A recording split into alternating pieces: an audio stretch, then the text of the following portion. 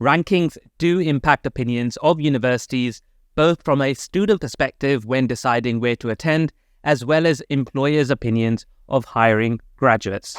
Now, Queen Mary's rankings have generally hovered around 30th to 40th place in the UK, and you can see most ranking compilers over time saw a steady decline for Queen Mary, with only a recent improvement. Or was there? The latest 2024 Complete University Guide, which always ranked Queen Mary the highest, ranked Queen Mary as 53rd in the UK. What does this mean, and is it worth going to Queen Mary University if you want a good job after graduation? In this video, I'm going to be giving my opinion on this university with examples of what I've seen in my professional career and the perceived reputation that employers have of Queen Mary graduates. To begin with, rankings and statistics can always be flexed to have an ulterior motive to show whatever you want, and it's the same with universities. Rankings will value certain criteria more than others, and that will always give some universities an advantage over others. For example, looking at the universities targeted by the largest number of top employers, you can see Queen Mary's is within the UK's top 20. But looking at that ranking, would that make you choose Birmingham over Oxford or LSE? Probably not. But at least we can see Queen Mary's does appear near the top of the rankings for some things. So having been through the process and worked in top accounting firms, investment banks, and big tech companies, I'm going to share with you the truth about what the view people have of Queen Mary graduates, and the first point is about rankings. As much as we may use them to make decisions, a lot of employers actually ignore the rankings of Queen Mary specifically.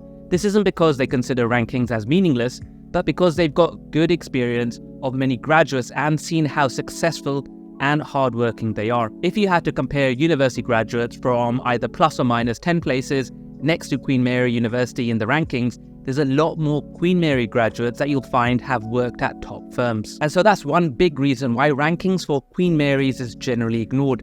They've had past successes from Queen Mary graduates in terms of them having the right skills, knowledge, and most importantly, for a graduate, the right attitude of working hard, and so they're happy to take another graduate from the university. When I was working at an investment bank, there were traders, credit risk analysts, equity research analysts, all from Queen Mary working there. A good example is the YouTuber Afzal Hussain, who graduated from Queen Mary's and worked at Goldman Sachs within asset management. In fact, to summarize how well the graduates from Queen Mary are sought after, Queen Mary School of Economics and Finance has partnered with Deutsche Bank to provide a new investment banking degree apprenticeship program. It's a 4-year degree course where you'll study at Queen Mary, but also be working at Deutsche Bank investment banking desks, developing your career.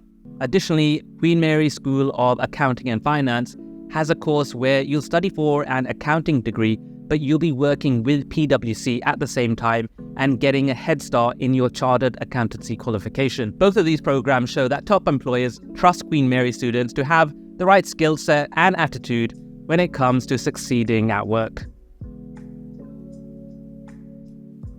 This topic is valued by employers because it shows them that students don't just receive pure academic knowledge, but real-life knowledge as well. Once you start working, you'll soon realize that there's a lot you learned in university which won't ever be used in real life, and rather, you'll find scenarios that you come across at work that don't match what you've been taught about that topic at university. Amongst the Russell Group, when looking at average salaries after 5 years of graduation, Queen Mary ranks in the top half with an average salary of just over £38,000, putting it just below LSE and the University of Bristol. Of course, again, rankings can mean very different things. This is the average salaries across all industries, and some industries will pay considerably higher as soon as you're on their graduate scheme. And to put it into context, the highest average salary amongst the Russell Group was University of Oxford at £47,600. But the fact is, Queen Mary has top lecturers from around the world who've worked on world-leading projects, worked with governments to determine global policies,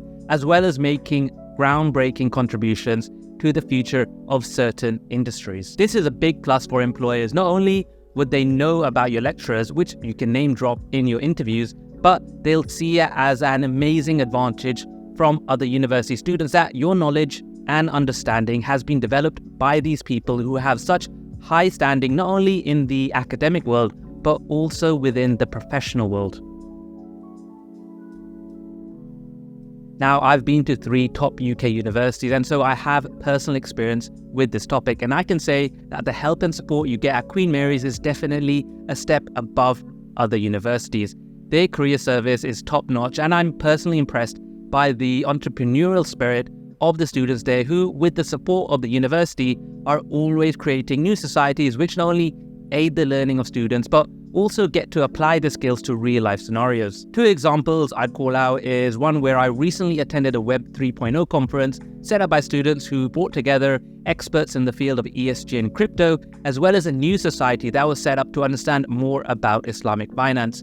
Both of these I see as industries where there'll be massive growth in the upcoming years, and these new societies will help students have the knowledge and give a leg up in their professional life. The Queen Mary Careers and Enterprise team are also great at getting large companies to partner with the students to give them real life hands-on work experience and insight days. And in a competitive job market, being able to say, you know, what goes on in those tall office buildings, or you've talked to MDs and partners about what the day-to-day life is like in the job, will definitely impress people during interviews. Now, I don't really plug this service in my videos, but since we're on this topic of career advice, I do offer sessions to help students make informed decisions about university choices and course suitability, taking into account their abilities, interests, and career aspirations. This is after I've seen where people have ended up after completing their degree, and in some cases, unfortunately, struggled to break into certain careers when others had told them it would be easy.